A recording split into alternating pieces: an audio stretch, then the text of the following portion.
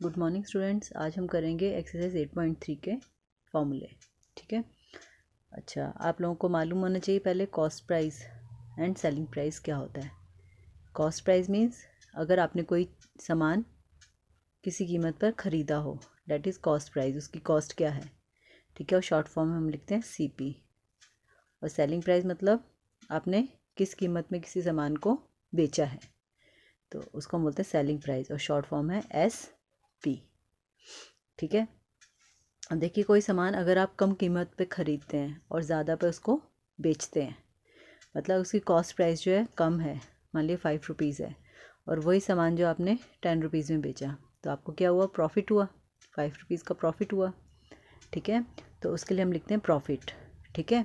और प्रॉफिट के लिए क्या, प्रॉफिट कैसे निकालते हैं हम, selling price minus cost price से। ठीक है।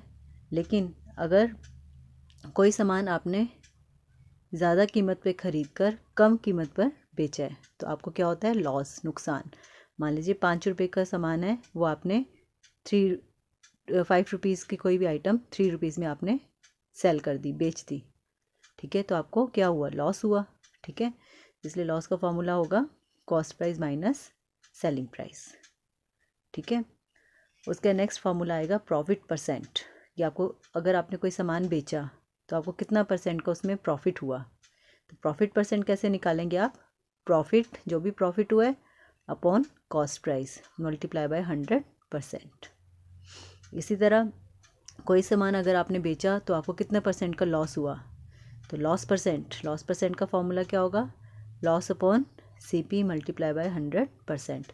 ये चीज़ आपने ध्यान रखनी, चाहे आप प्रॉफिट परसेंट निकालें चाहे लॉस परसेंट निकालें, अपॉन में क्या आता है, हमेशा कॉस्ट प्राइस आता है।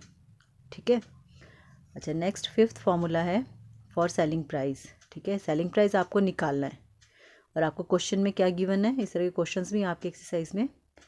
तो अगर आपको सेलिंग प्राइस निकालने के लिए कहा गया है और आपको प्रॉफिट परसेंट मालूम है और कॉस्ट प्राइस मालूम है, तो आप सेलिंग प्राइस निकालने के लिए ये वाला फार्मूला यूज़ करेंगे। फार्मूला है 100 plus profit percent upon 100 multiply by cost price. उसी तरह आपको सेलिंग प्राइस निकालना है, लेकिन अब प्रॉफिट परसेंट की जगह आपको लॉस परसेंट दिया है। ठीक है।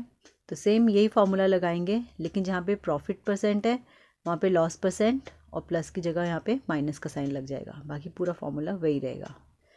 लॉस के लिए, लॉस के साथ हमेशा याद रखना माइनस का sign, 100 minus loss percent upon 100 multiply by cost price. ठीक है।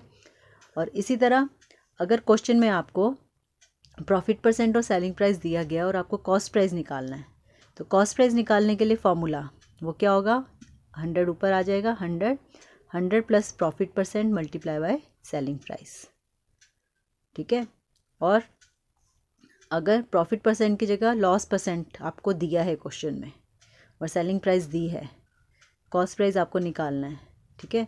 तो कॉस्ट प्राइस निकालने के लिए फॉर्मूला होगा 100 upon 100 minus loss percent. Same यही वाला फॉर्मूला होगा यहाँ पर, बस है प्रॉफिट परसेंट की जगह लॉस परसेंट और साथ में माइनस का साइन लग जाएगा। जो प्रॉफिट में प्लस का साइन था, यहाँ जाके माइनस का लग जाएगा, मल्टीप्लाई बाय सेलिंग प्राइस। ठीक है। 9th फार्मूला है SI, simple interest. SI is for simple interest. Simple interest का फॉर्मूला है P multiply by R multiply by T upon 100।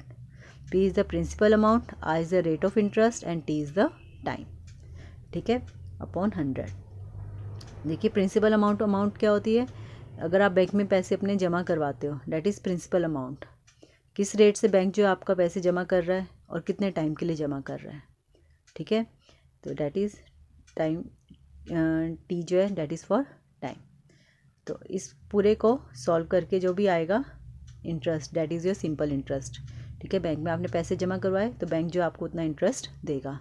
Amount क्या है, अमाउंट जो है, that amount is that principal plus simple interest, मतलब जो पैसे आपने जमा करवाए प्लस उस पर जो बैंक ने आपको इंटरेस्ट दिया। ठीक है। तो डैट इज़ द अमाउंट। ठीक है। अगर आप पैसे जमा करवाते हैं तो आपको थोड़ी ज़्यादा अमाउंट मिलेगी, वो रेट पे डिपेंड करता है कि बैंक आपको किस रेट के हिसाब से दे रहा है। उसी तरह उल्टा भी रहता है कि अगर आप बैंक से उधार ले रहे हो, ठीक है, तो बैंक से अगर आप उधार ले रहे हो तब वो प्रिंसिपल अमाउंट, किस रेट पे वो उधार दे रहा है और कितने टाइम के लिए उधार दे रहा है। ठीक है। तो उस पर जो इंटरेस्ट होगा, अगर आप लोन ले रहे हो, ठीक है, तो वो इंटरेस्ट वाली अमाउंट जो है आपको बैंक को देनी पड़ेगी।